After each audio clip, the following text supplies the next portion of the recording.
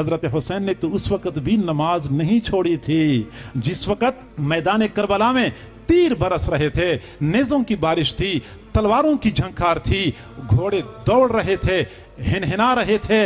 हजरत हुसैन ने देखा इर्द गिर्द अपने खानदान के अफराद कटे पड़े हैं। उन्होंने मगरिब की जानिब देखा, सूरज गुरूब हो रहा था। दुश्मनों को फरमाने लगे, ठहरो ठहरो, मुझे असर की नमाज पढ़ने दो, फिर मैं तुमसे कहीं जाता नहीं हूँ। दुश्मनों ने भी उनको असर की नमाज पढ़ने का मौका दिया। चुनांचे आपने वुजू करना था, वुजू करने के लिए एक घोंट पानी मुयस्सर नहीं था।